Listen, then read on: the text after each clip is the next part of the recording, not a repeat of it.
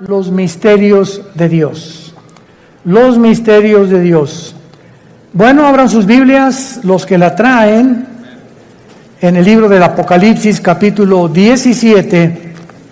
Apocalipsis, capítulo 17, porque vamos a ver los tres misterios satánicos. Y vamos a abocarnos en esta mañana al misterio de Babilonia.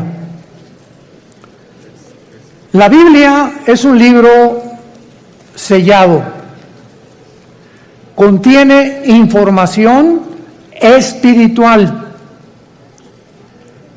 y esta información espiritual no le es dada a las personas que son muy inteligentes, muy intelectuales, 5 doctorados en ciencias políticas, doctor en filosofía y letras, bla, bla, bla, bla, que aun cuando tienen este conocimiento terrenal, ya sea politólogos o personas que discuten o que debaten o que son completamente diestros para poder debatir todos los temas del mundo, la información espiritual de la Biblia le es dada a las personas que tienen al Espíritu de Dios, a las personas que se enfrentaron algún tiempo en su vida con Jesús, se dieron cuenta que necesitaban el perdón de sus pecados, porque Él fue muerto, enterrado y resucitado a los 3 días, y al entrar Jesús a tu vida, en quien están encerrados todos los secretos de la sabiduría y del conocimiento, comienza tu vida a ser llenada de un conocimiento que no proviene del mundo. En 1 de Juan capítulo 4, 3 y 4 dice el apóstol: ellos son del mundo y hablan las cosas del mundo. El que es de Dios nos oye. En esto diferenciamos el espíritu de verdad y el espíritu de error. La persona natural, la persona que no tiene a Cristo en su vida, le es locura la información espiritual. En los 40 años que tengo predicando la palabra, 43 de convertido, y en todos los, se podría decir, más de 100 debates que he tenido con escépticos, agnósticos, politólogos, ateos, etcétera, etcétera, siempre me he enfrentado, cuando atacan la Biblia, preguntarles si ya la leyeron. Y créanme que casi un 80% de las personas que discuten, agreden o son hostiles a la Biblia o la critican, ni siquiera la han leído. Y cuando te dicen, ya la leí, quiere decir que comenzaron desde el Génesis. Imagínense nada más, la Biblia no se comienza a leer desde el principio, sino desde el Nuevo Testamento, y te dicen, ya la leí, o sea, leí los 66 libros en 3 o 4 meses, y con eso ya entendieron los secretos de Dios. Qué tremendo, ¿verdad? Entonces es importante que esto lo tengamos nosotros como base, porque estos secretos que pertenecen al mundo espiritual, a Dios le ha agradado revelárnoslos a nosotros. Cuando Jesús comenzó a hablar en parábolas, Mateo 13, Marcos capítulo 4, etcétera, etcétera, les dijo a ustedes, a los discípulos, a los que me siguen, les es dado entender las cosas que estoy contando en las parábolas. Que el sembrador salió a sembrar, que el trigo, la cizaña, las aves del cielo, la tierra, etcétera, etcétera, que la gente ni siquiera entiende, tenían un trasfondo espiritual dado a los que siguen a Jesús. Entonces, si tú eres una persona, o los que nos escuchan, que quieres respuestas, por ejemplo, ¿por qué Dios permitió el mal en el universo?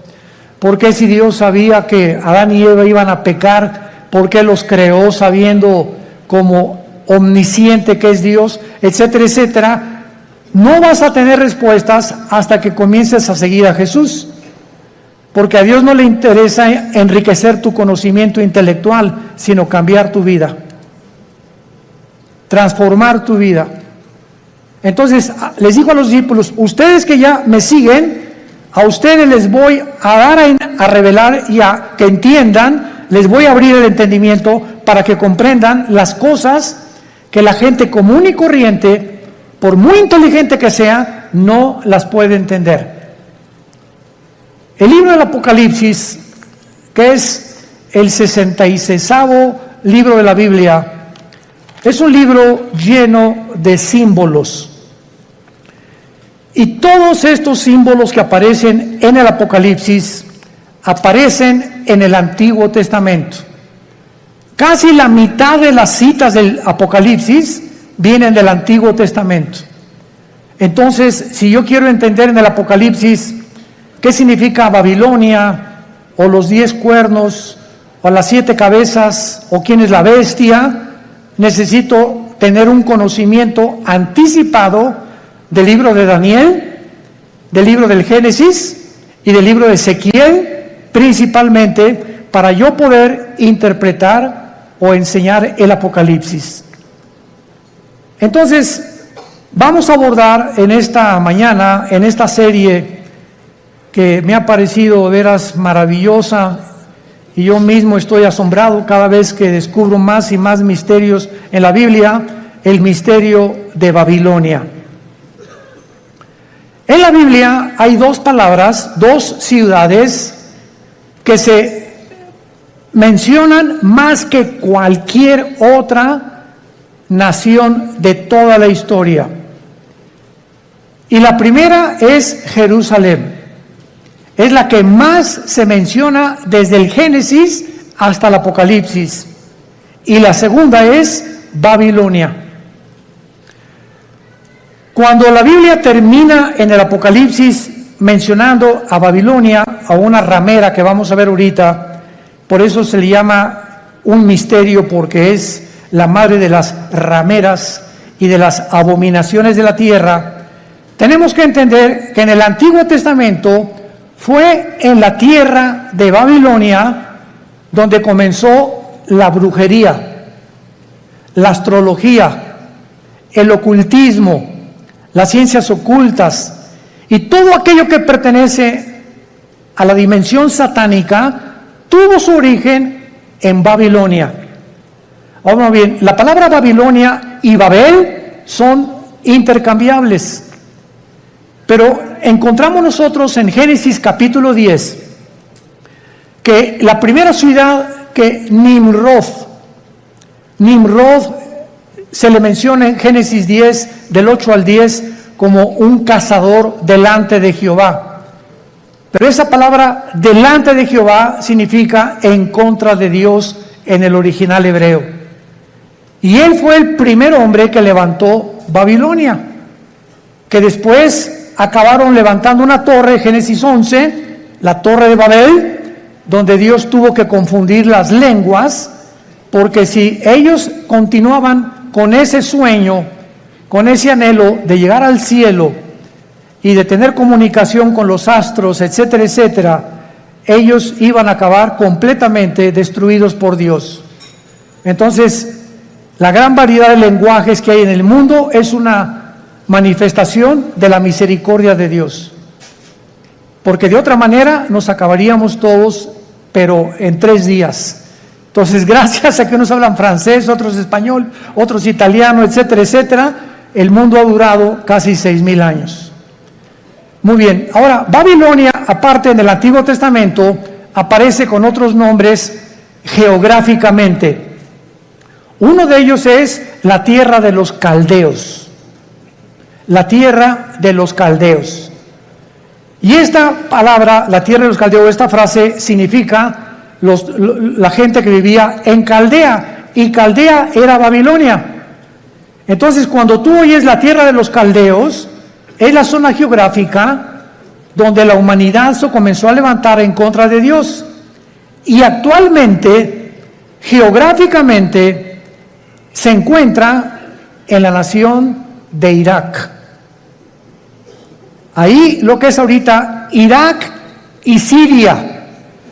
Porque en el Antiguo Testamento, Irak y Siria era la tierra de la Mesopotamia y no había una división, estas 2 naciones no están divididas todavía, Y toda esa área geográfica es precisamente donde comenzó la humanidad, de acuerdo a la Biblia.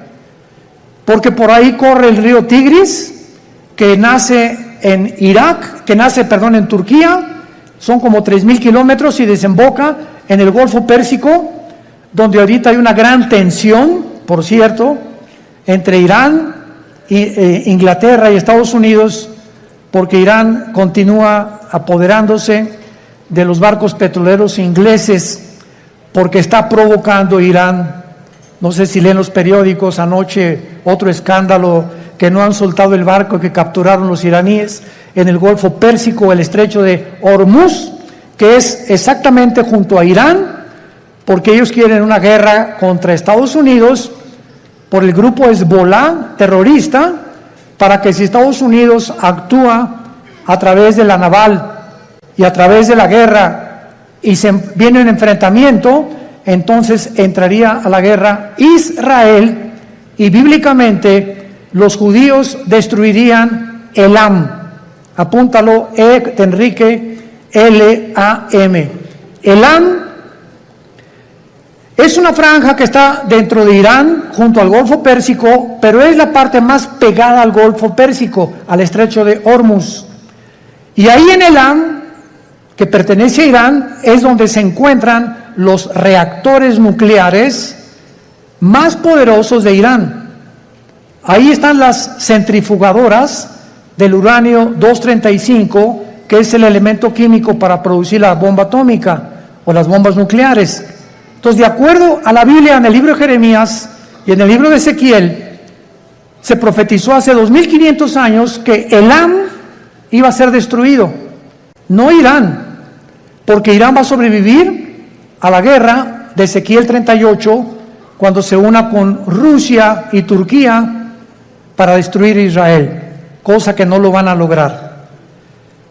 Entonces, Babilonia significa confusión. Confusión.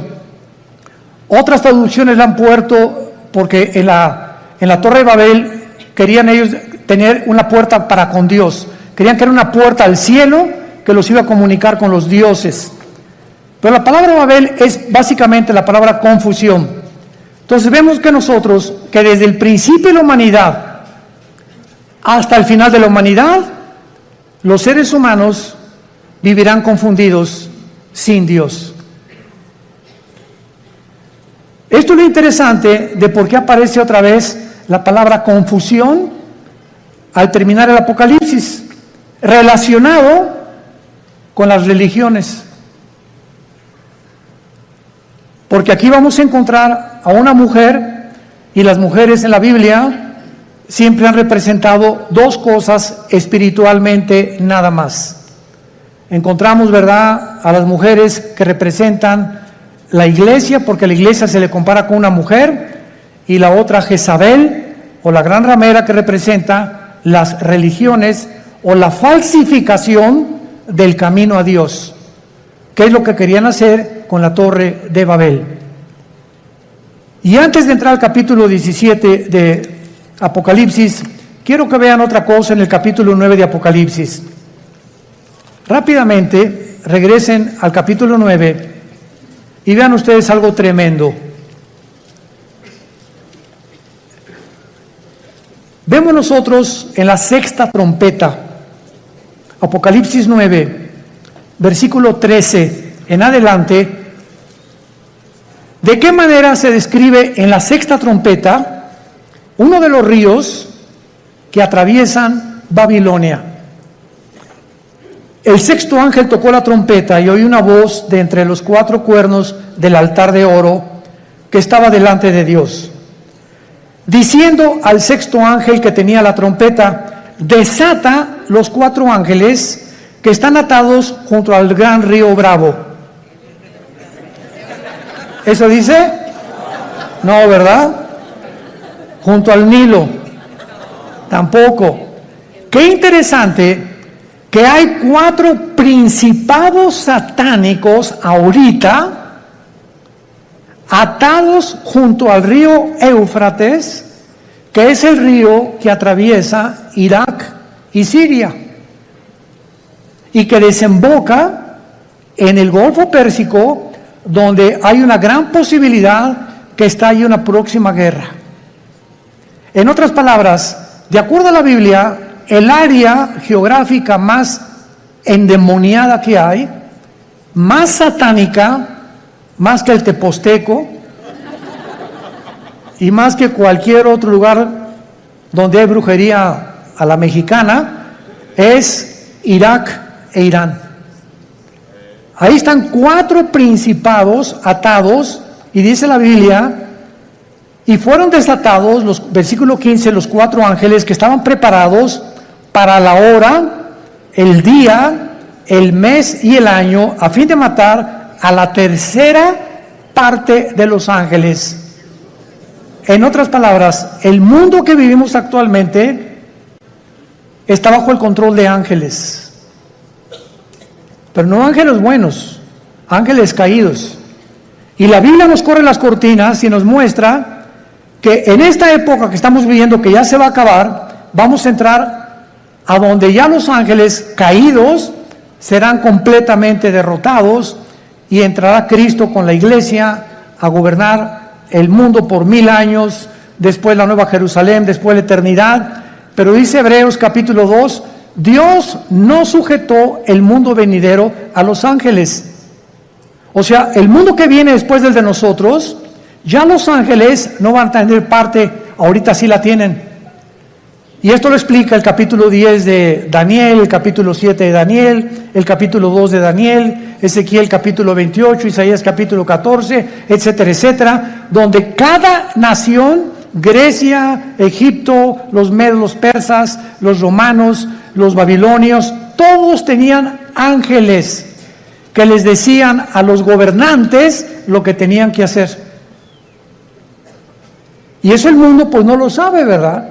Por eso se nos manda a orar por nuestro gobierno, porque hay ángeles que están influenciando tremendamente los asuntos del mundo terrenal donde tú y yo vivimos. Muy bien, vayamos pues a Apocalipsis 17 y veamos este conflicto y este misterio que vamos a resolver, que es el primero de Babilonia. Vino entonces uno de los 7 ángeles que tenían las 7 copas y habló conmigo diciéndome: ven acá, te mostraré la sentencia contra la gran ramera, la que está sentada sobre muchas aguas. Brínquense al versículo 18. ¿Quién es la ramera? Y la mujer que has visto es una ciudad. ¿Ven cómo la Biblia se interpreta a sí misma? No es de interpretación privada la Biblia. La misma Biblia se interpreta a sí misma. Y la mujer que has visto es la gran ciudad que reina sobre los dioses de la tierra. O sea, antes de seguir abordando, la Biblia profetiza en este capítulo que vendrá una ciudad que se va a levantar en el mundo religiosa. Y que esta ciudad religiosa está mezclada con la política. Y que al mismo tiempo esta ciudad va a gobernar la política durante 3 años y medio, y la política que va a reiniciarse con el anticristo va a matar a la mujer. O sea, va a incendiar esta ciudad, y entonces los últimos 3 años y medio de la gran tribulación vendrá la persecución del anticristo. Entonces, los primeros 3 años de la tribulación, la persecución es religiosa. Y los últimos 3 años es política. Y esto es interesantísimo, porque la unión de la religión con la política ha sido durante toda la historia. Un ejemplo, para que no se empachen. ¿Cuáles son los 2 poderes que mataron a Cristo? Los 2 espíritus que mataron a Cristo. El espíritu religioso, no fue el espíritu comunista, ni socialista, ni el espíritu ateo, fue el espíritu religioso y el espíritu político. Cuando salió Pilato ante el pueblo le gritaron los líderes religiosos: crucifícale. El poder religioso, representado por los fariseos, influyó en el poder político de Pilato. Él representaba como procurador, y Pilato se lavó las manos y dijo: es que yo no encuentro ningún mal en este hombre. Y entonces ellos comenzaron a gritarle: crucifícale, crucifícale y entréganos a Barrabás. Porque la costumbre era que cada Pascua se soltara a un preso político. Entonces, vemos nosotros cómo el poder político cede a la presión del poder religioso, y entre los dos se encargan de matar al Mesías del mundo. Y desde entonces, antes y por toda la historia, vemos todos los emperadores con brujos. Siempre los emperadores y los presidentes y los gobernadores siempre han tenido personas del mundo del ocultismo. Dichosos los que se han salvado y han tenido cristianos de consejeros, pero siempre han estado consultando a los brujos, a los astrólogos, a los ocultistas. Los invitan a sesiones espiritistas para que invoquen espíritus, pero la unión entre el mundo religioso del oculto, lo vamos a descubrir, el mundo religioso pertenece al ocultismo. Se van a sorprender de muchas cosas, y por eso es tan satánico, porque es el que controla el gobierno político, y así ha sido durante toda la historia. Y cuando el anticristo, antes de que él pueda tomar el poder del mundo, va a necesitar, Apocalipsis 13, al falso profeta. ¿Quién es el falso profeta? Va a ser un líder religioso que va a unir a todas las religiones del mundo en una sola. Y cuando ya el anticristo vea que ellos le pavimentaron el camino para que su gobierno político pudiera emerger, entonces el anticristo quema a esta ciudad donde se van a concentrar las religiones del mundo, y él se proclama, segunda de Tesalonicenses 2, 3 y 4, el único Dios, donde el mundo lo adora como adoraron a los césares romanos como dioses. Te mostraré la sentencia contra la gran ramera. O sea, aquí hay un juicio contra una ciudad. Es lo primero que acabamos de despejar, esta incógnita. Esta ramera representa a una ciudad que está sentada sobre muchas aguas. Las muchas aguas en la Biblia son las naciones, como lo interpretó el versículo 18. Y dice así, versículo 2: con la cual han fornicado los reyes de la tierra, y los moradores de la tierra se han embriagado con el vino de su fornicación.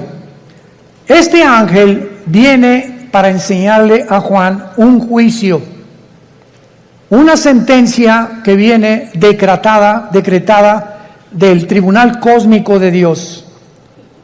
Quiero que sepas que voy a juzgar a este sistema religioso, y es muy importante que a esta ciudad se le da el nombre de ramera.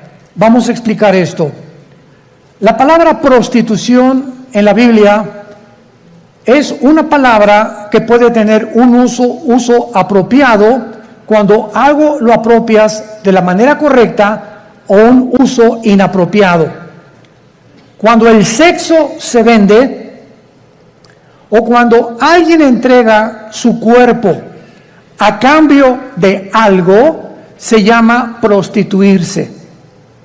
Entonces, cualquier persona que tenga relaciones sexuales porque va a recibir ya sea dinero o una mejor posición, o porque el jefe de tu trabajo te invitó a Acapulco porque te va a ser su secretaria particular con el doble de sueldo, tú te estás prostituyendo.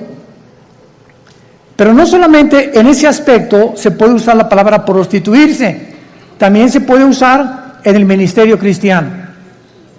Cuando, por ejemplo, un pastor sabe que un miembro de su iglesia vive en adulterio, y viene la esposa y nos dice: mi esposo vive en adulterio, pero resulta que don Pancho, el que vive en adulterio, el gordito rabo verde sinvergüenza, fue el que puso el techo de la iglesia y es el que más diezmos está dando. Entonces, si un pastor, por saber que don Pancho es el que más económicamente está ayudando a la iglesia, y ese pastor no disciplina a don Pancho, ese pastor es un prostituto. Ha prostituido su ministerio, se vendió. ¿Me van siguiendo? Siempre que tú cedes a tus convicciones por dinero o por un interés, te estás vendiendo. En la Biblia es la palabra fornicar. Por eso más adelante dice que esta ciudad ha fornicado, ha tenido relaciones ilícitas con los gobiernos. Y la iglesia no tiene que haber separación entre iglesia y el Estado. La separación gubernamental y políticamente entre la iglesia y el Estado es beneficiosa, es saludable, porque ningún Estado, ningún gobierno puede imponer. Hagan de cuenta que en México surge un presidente cristiano. Este presidente de ninguna manera debería atreverse a imponer el cristianismo en la República Mexicana, porque se coartaría la libertad, porque todos somos libres de manifestar las creencias en las cuales nosotros creemos. Pero cuando ya se impone una religión a través de la muerte o de la Inquisición o de la tortura con el beneficio de la iglesia, es cuando vemos que ese sistema se ha prostituido. Se ha prostituido, porque a la iglesia no le corresponde juzgar a los malos, eso le pertenece al Estado. El Estado usa el Estado de Derecho para castigar a los malos, silla eléctrica o pena capital o pena perpetua, lo que sea. La iglesia tiene la función de predicar el Evangelio para que el corazón del ser humano sea transformado. La justicia la aplica el Estado, no la iglesia. Para que me vayan siguiendo con mucho cuidado. Esto es muy importante, porque el otro día escuché una conferencia de un grande teólogo que me sorprendió con lo que dijo, y me dice: de todos los países a los que yo he visitado en Latinoamérica, el más inculto y el que más ignorante es de todo lo que está pasando, México lindo y querido. Sentí algo bien feo aquí adentro de mí. Se considera el país más ignorante y más inculto de todo lo que está pasando políticamente, religiosamente, etc. Como que si al mexicano no le importa más que el Calimán y las telenovelas y el América, desde luego. Además vive el América. Bueno, pero esto es tremendo, ¿verdad? Y otra cosa que también me sorprendió es que un análisis que hizo las Naciones Unidas fue que en Europa el promedio de la gente normal, desde los 10 años de edad hasta los 25 o 30 años de edad, cualquier europeo de cualquier nación de Europa ha leído antes de los 25 años por lo menos 6, 7 libros al año. Y en México, 1 al año. Y con trabajo no lo acabaron. ¿Se imaginan? Estamos con el esto, con el Calimán, la televisión, ausentes completamente de cultivar nuestro espíritu, nuestra mente intelectual. Me graduó de abogado y jamás me vuelvo a meter a la jurisprudencia ni a los libros. Me graduó de médico, no me actualizo con todos la tecnología impresionante en la medicina que hay actualmente. Por ejemplo, no sé cuántos de ustedes han notado que ya no uso lentes. Asústame. No es para que se asusten, ¿verdad? Pero es increíble. Tengo como 40 años usando lentes. Yo tenía hipermetropía, astigmatismo y no podía leer. Ahorita tengo una visión de 20/20, impresionante. ¿Saben lo que me hicieron? Resulta que ahí en Dallas, Texas, está uno de los médicos oftalmólogos que trajo el rayo láser. Pero a mí no me hicieron nada más el rayo láser, sino que me hicieron 2 implantes de la oftalmología, 2 implantes intraoculares. O sea, me metieron 2 ojos o 2 lentes, no sé. Y cuando yo le pregunté al oftalmólogo después, duró 16 minutos la cirugía. Primero uno y como al mes me hicieron el otro. Y le dije, bueno, ¿cómo está esta explicación? Y me dice, mira, hay 5 tipos de lentes. El que te metimos a ti se llama ultralight. ¿Qué significa esto? Con un rayo láser te perforamos una incisión milimétrica y por un tubo te metimos un lente envuelto como un taco. Y entró el lente y dentro de tu ojo se abrió como una tortilla. Y entonces se tiene que ir pegando a la parte de atrás, al tejido, y en ese momento, bueno, me dieron entrenamiento, ¿verdad? Todos los días me dieron que tenía que hacer una pluma así, acercármela a todo, nomás como 50 o 100 veces hasta que ya pudiera ver de cerquito. Ahorita ya no necesito nada, ya puedo ver de lejos, ya la luz casi no me molesta. Pero es impresionante la tecnología de la oftalmología y de todas las demás ramas de la ciencia del siglo XXI. A mi hijo Caleb le hicieron en 7 minutos el láser, nada más que él no le hicieron cirugía. A él con el puro láser le quitaron los problemas que tenía de la vista con una garantía de 35 años. Ahí me dieron hasta que venga el Señor por nosotros. Pues sí, ya para qué quiero más, ¿verdad? Bueno, pero este es el mundo que estamos viviendo, ¿no? Entonces, están pasando muchas cosas en el mundo y tenemos que estar actualizados, tenemos que estar leyendo revistas, actualizándonos, ¿verdad? Las noticias para saber y enterarnos cómo está la cosa. Y tenemos que tener hambre, pero más que nada, hambre de la Biblia. Muy bien. Entonces, la prostitución en este pasaje, la ramera representa, si lo quieres apuntar, la prostitución de la religión. Cuando la religión se vende, cuando la religión ofrece, dame dinero y tu hijo va a ser sanado. Dame dinero y la maldición se irá de tu casa. O manda dinero y vas a recibir a cambio algo. Esta religión está negociando la salud y se está prostituyendo.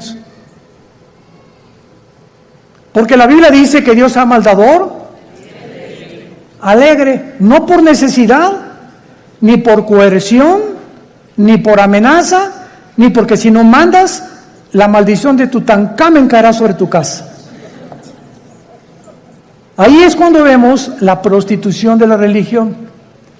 Hace poco acaban de capturar a un hombre, ¿verdad?, en Estados Unidos, líder de una secta que se llamó La Luz del Mundo en México, que no se imaginan ustedes, ¿verdad?, no son millonarios, son multimillonarios. Y lo más asombroso es que el 70% de las gentes que van a estos millones de personas que pertenecen y el dinero que tienen son gente humilde, son gente de pobres, o sea, de la clase indígena y de casi, como decía Cantinflas, desleídos y deslustrados. No son muchos profesionistas ni mucho menos. Y estas personas, ¿verdad?, tenían comandos armados. Cuando ese hombre viajaba con guardaespaldas, con ametralladoras, etcétera, etcétera, y llegó a convencer a la gente de que él era Dios. Y cuando él entraba a la iglesia había un trono literal, donde él se sentaba con muchachas junto y muchachas por acá a los lados, y entraba y lo comenzaban a adorar como Dios. En otras palabras, él estaba vendiendo, prostituyendo la religión. Y así hay cantidad de sectas, e inclusive se puede dar en iglesias cristianas. Cuando los líderes, vuelvo a repetir, por causa del dinero o por conveniencia del dinero, se venden y sus convicciones las crucifican para poder obtener lo que ellos están ofreciendo mediante milagros. Este es el problema de las religiones que se prostituyen. Muy bien.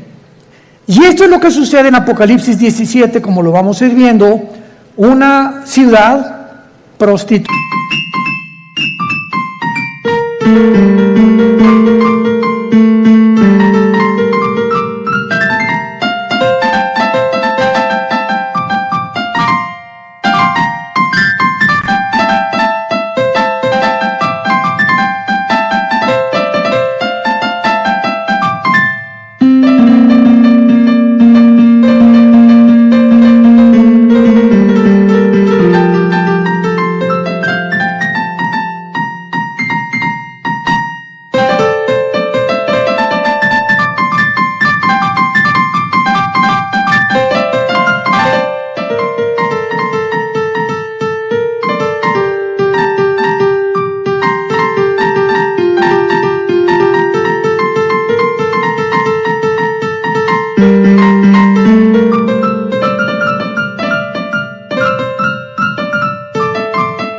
prostituta que ha fornicado, dice el versículo 2, con los moradores de la tierra.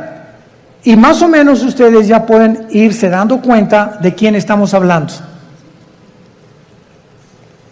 La única, para que ustedes estén enterados, sin afán de ofender a nadie, la única religión que existe en el mundo, la única que tiene un lugar en las Naciones Unidas, es Roma.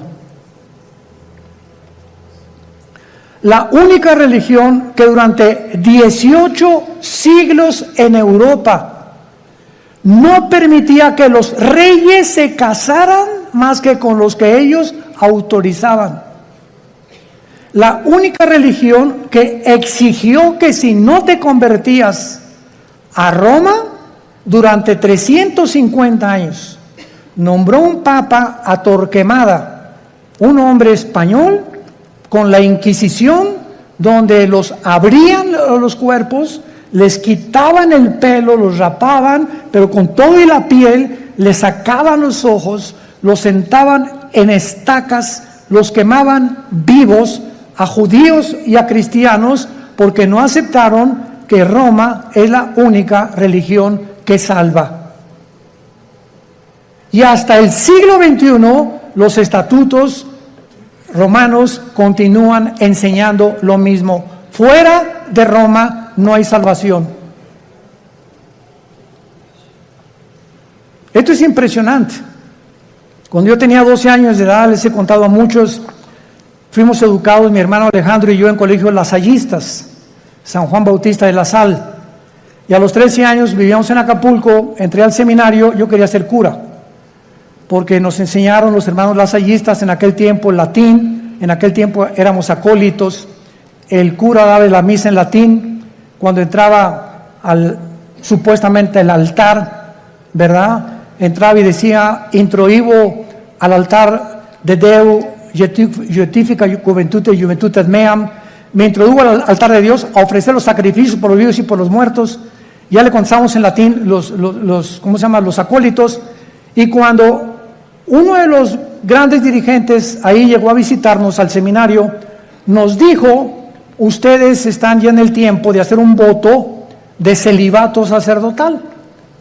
Y pues éramos como 10 o 12 muchachos de 14, 15 y 6 años de edad, y nos volteamos todos a ver, ¿qué significa el voto del celibato sacerdotal? Entonces nos dijo este prelado religioso, significa que ustedes tienen que hacer un voto que nunca se van a casar y que su única fidelidad va a ser a Roma, nada más. Oiga, ¿y por qué no quiere que nos casemos? Porque si se casan, el dinero lo gastan en la familia y ya no lo mandan a Roma. Esa es la razón por la cual no les conviene que se casen. Cuando la Biblia ordena, 1 Timoteo capítulo 3, en cualquier Biblia que veas, que los que sirven a Dios de tiempo completo se casen, a menos que tengas el don de continencia. Pero esto es increíble. Ahí fue cuando yo me decepcioné, ¿verdad?, de la religión, lloré, le dije a mi papá, ya no creo en nadie, y me hice ateo.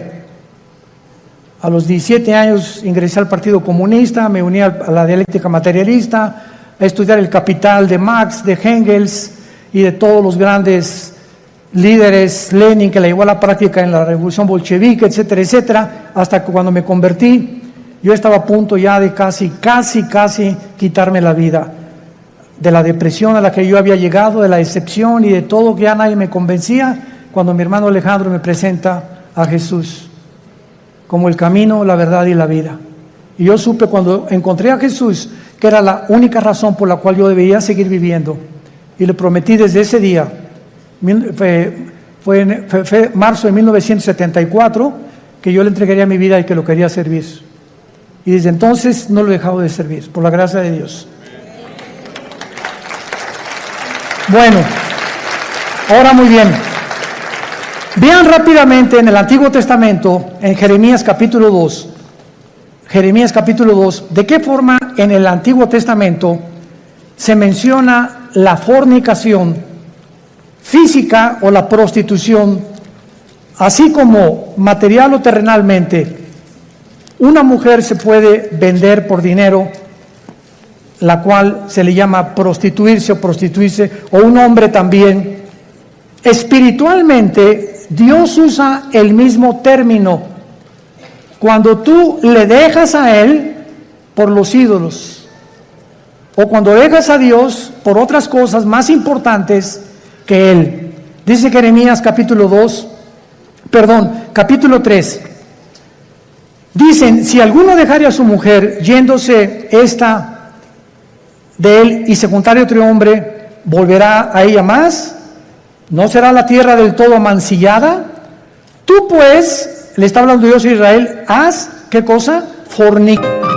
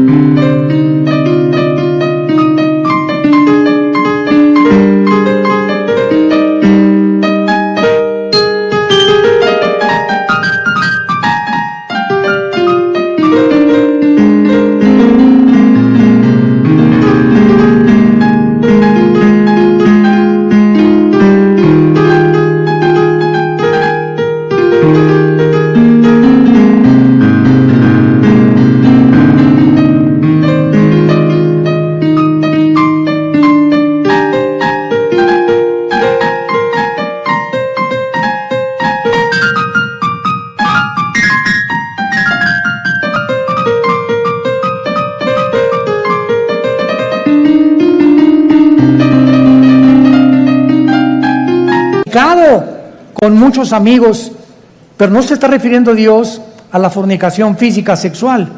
Veámoslo.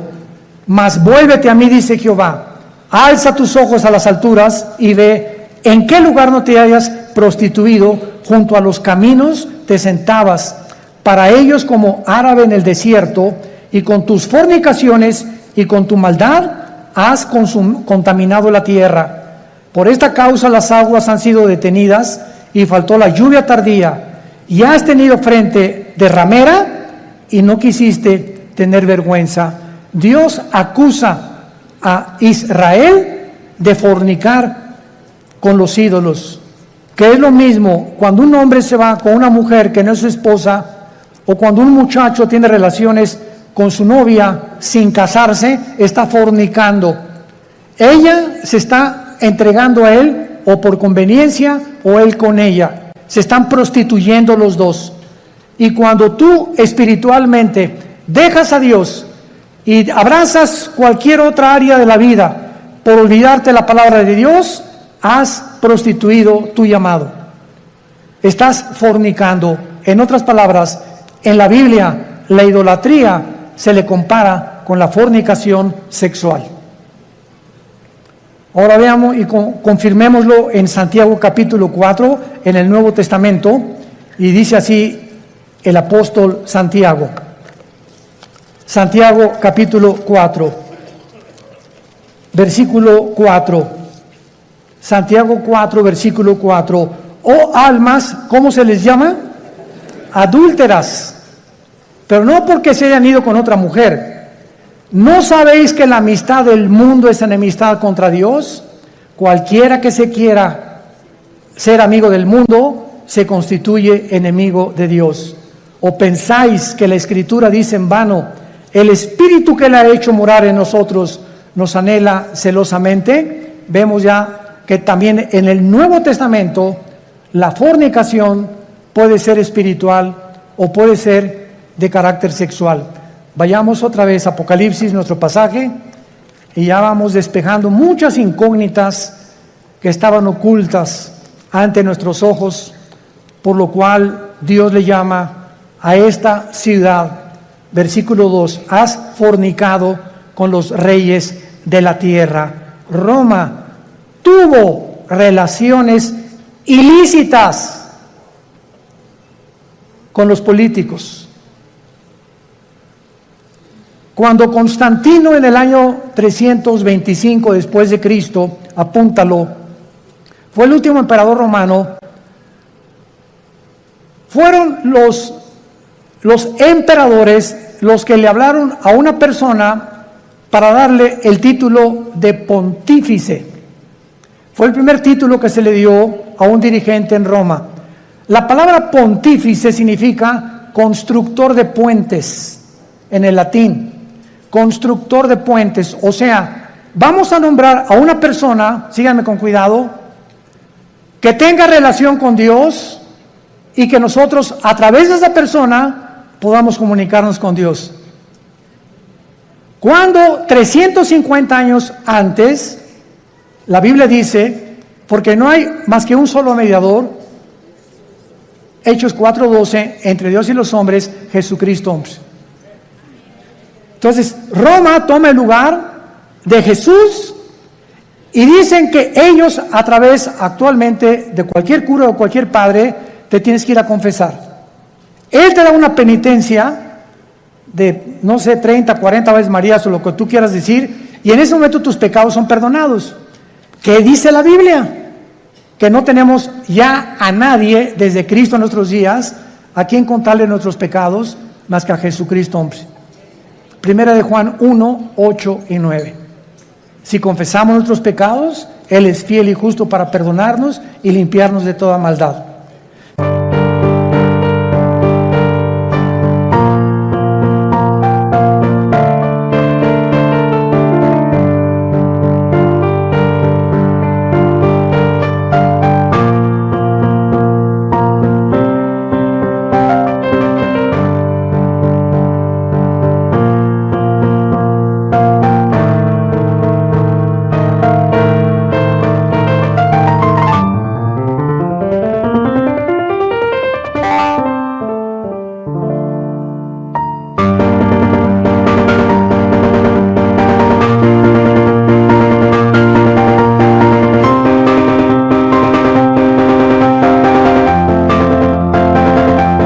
¿Se dan cuenta cómo cuando comenzamos a estudiar se nos comienzan a caer las vendas?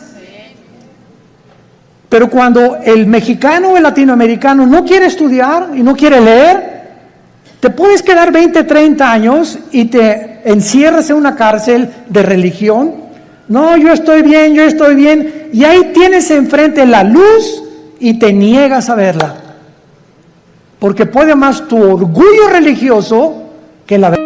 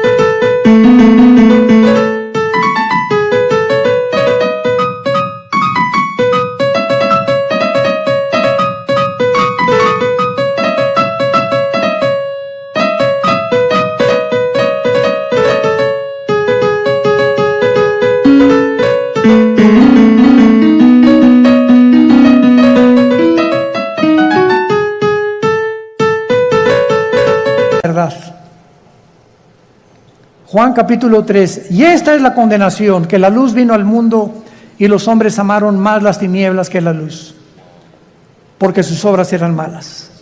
Muchos no quieren venir a la luz, no porque no puedan, sino porque no les conviene. Prefieren permanecer en esa cárcel que salir de esa cárcel y servir al Dios vivo y verdadero. Veamos ahora en segundo lugar, que dice el versículo 2, que esta relación ilícita que le llama fornicar con los reyes de la tierra, o sea, una relación política religiosa que no debe existir. Los moradores de la tierra se han embriagado con el vino de su fornicación. La palabra embriagarse, ustedes saben, es emborracharse, pero no con tequila herradura, ni con mezcal, sino aquí también se usa en el sentido que la religión embriaga a las personas, las emborracha, les nubla el entendimiento y los convierte en ovejitas con un pastor ciego. Entonces, cuando tú estás en algún movimiento religioso y abundan en el mundo entero, y no entiendes, ni lees, ni conoces, sigues como borrego, simplemente porque pues ahí va tu familia, o porque ahí van tus amigos, o porque te cautivó esa persona que se dicen dioses, etcétera, etcétera, estás como borracha. Caes en una trampa tremenda. ¿Se acuerdan de Jim Jones? 1978, que se llevó a 1,000 personas a la Guyana junto a Venezuela. ¿Se acuerdan de David Koresh, que en Waco, Texas, dijo que él era el ángel del Apocalipsis? ¿Se acuerdan de Juan Carlos Miranda, recientemente, que dijo que él era primero el anticristo, pues que era Jesucristo? Y así este señor de la luz del mundo, que dijo que él era también el único que debían de adorarlo, y cuando llevaba en su haber 7 o 4 niñas violadas. ¿Qué le pasa al mundo? Te puedes preguntar, ¿no? O sea, qué fácil somos engañados. Qué fácil es caer en una secta por no estudiar. Mi pueblo pereció porque no tuvo conocimiento. ¿Ven la importancia de prepararnos? Ahora veamos aquí en el versículo 3 que el Espíritu Santo traslada o transporta a Juan a un desierto. Y ahí en el desierto tiene una visión tremenda el apóstol Juan. ¿A quién ve a Juan?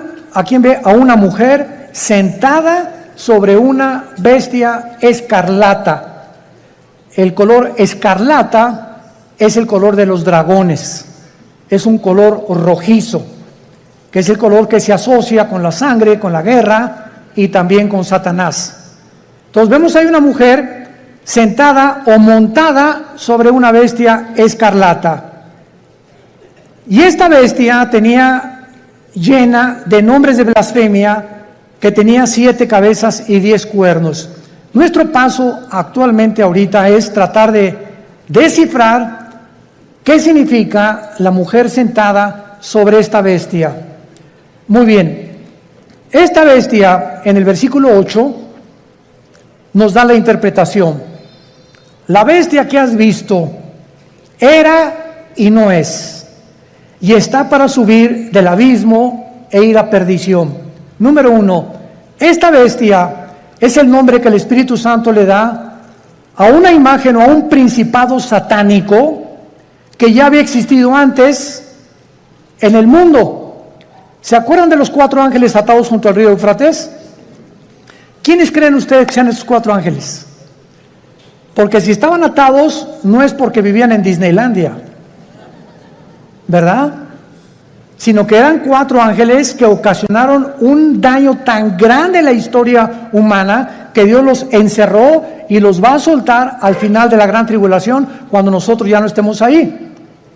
Pero en el capítulo 10 de Daniel se nos revela que cuando Dios envió un ángel a la tierra para comunicarle a Daniel el futuro de Israel con la profecía de las 70 semanas, otro principado satánico se atravesó y lo interrumpió durante casi 3 semanas, que mientras había una guerra en la dimensión espiritual, Daniel se encontraba en la tierra orando.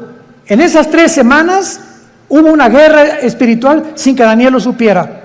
Y esas oraciones de Daniel hicieron que viniera el ángel y bajara Miguel, el arcángel y comandante en jefe de las huestes de los ángeles buenos de Dios, para que ese ángel fuera librado y llegara a la tierra, a Jerusalén, a Babilonia, y le entregara a Daniel el recado. Y entonces ahí el ángel le dice a Daniel: me detuvo el ángel de Persia. En otras palabras, el principado que estaba gobernando el imperio pérsico, que es el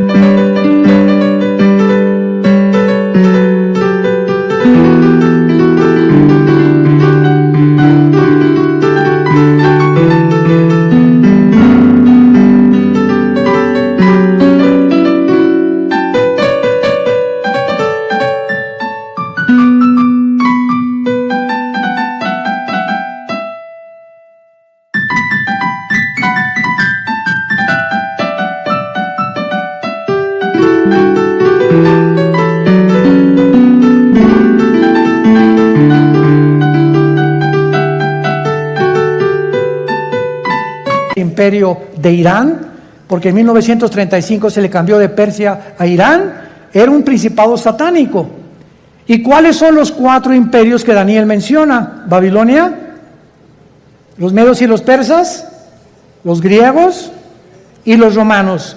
Estos 4 ángeles del Apocalipsis de la 6ª trompeta son los 4 ángeles que estuvieron al frente de los más grandes imperios del pasado y que fueron imperios antisemitas.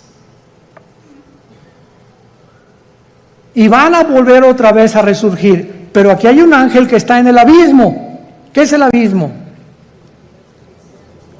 Muy bien, la Biblia nos habla de que hay prisiones en el centro de la tierra. Una es el infierno. ¿Quién está en el infierno? ¿Tu comadre? ¿Tu tía? ¿Tu tío? No sabemos, ¿verdad? El infierno es el lugar de los espíritus humanos, nada más, desde Adán hasta nuestros días, que bajan al centro de la tierra. Todos los que murieron sin Cristo o rechazaron la salvación se encuentran en el infierno. En el infierno no hay demonios.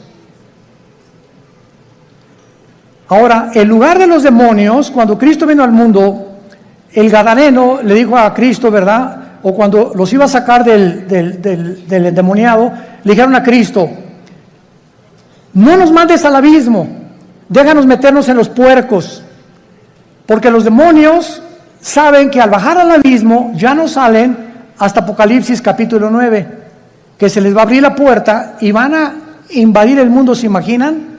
Ahorita hay maldad. Ahora imagínense con todos los demonios sueltos. Entonces en el abismo están los demonios, en el infierno los seres humanos, en el Abadón o en el Tartarus están los ángeles caídos que Dios ha guardado por ahí y que también serán soltados después. Y hay otros ángeles que están guardados y que ya nunca jamás, por toda la eternidad, van a ser soltados.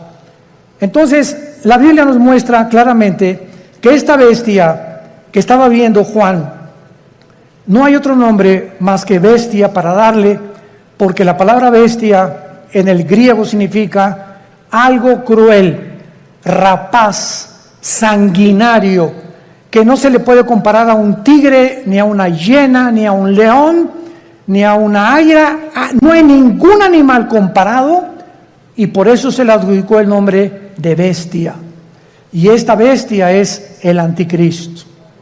¿Qué nos dice la Biblia? Que cuando surge el anticristo, que lo más seguro es que el diablo va a tener relaciones con una prostituta. Y de esta relación van a ser el anticristo. ¿Cuándo entra el espíritu al cuerpo humano?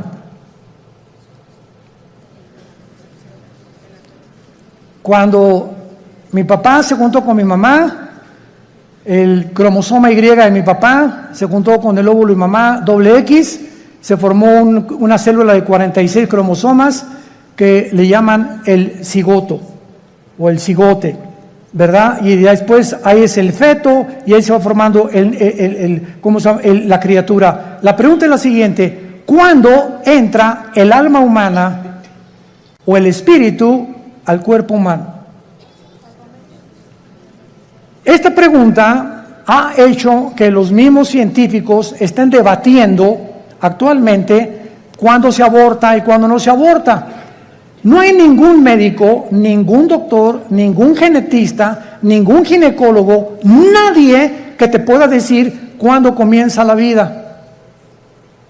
Y por eso se ha dado especulaciones. No, puedes abortar a las 3 semanas, a los 2 meses, al mes, y las leyes en diferentes naciones cambian de acuerdo a la perspectiva y la opinión de tales o cuales médicos.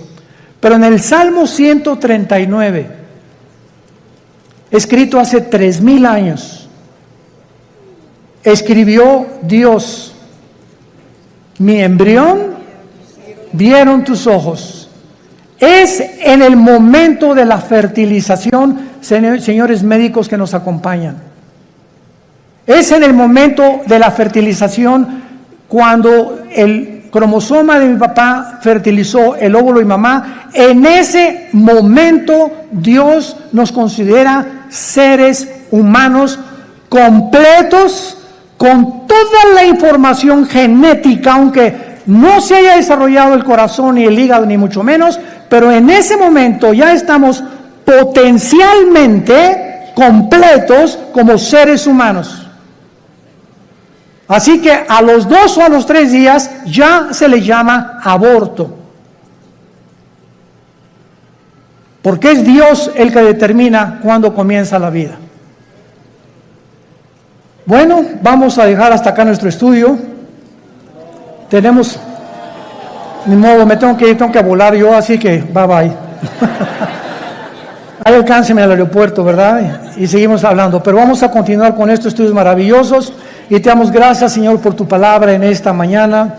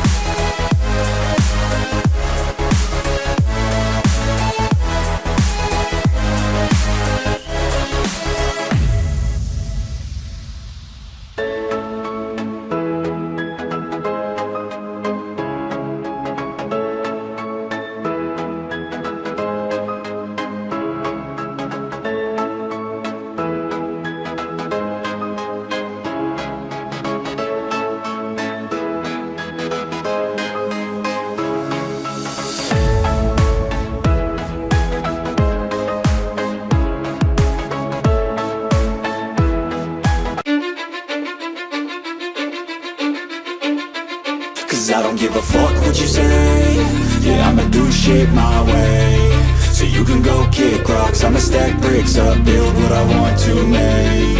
Yo, I got a lot of shit to say, so I'ma do this every day. I'll be writing things until I'm fucking buried in my grave. 6 feet deep under, but my body won't decay. Cause my messages are timeless, so they'll put them on display. Oh yeah, I rap with a certainty, I have a sense of urgency. A message for eternity, for everyone internally. I had some people burning me, but now they fucking learn to see I ain't the one to fuck with, now they looking nervously. And I don't really care what you think of me respectfully. You can kick rocks if you think you're fucking better, see. I will outwork you, turn you to an enemy. Hurt you so bad that you're gonna need some therapy. I got the motherfucking recipe. I've been cooking up hits, I'ma leave a legacy. You'll be looking small when you're standing right next to me. I'm 5'10", bitch, but I'm 10 feet Cause next I don't to me. give a fuck what you say. Yeah, I'ma do shit my way. So you can go kick rocks, I'ma stack bricks up, build what I want to make. Cause I don't give a fuck what you say. Yeah, I'ma do shit my way. So so you can go kick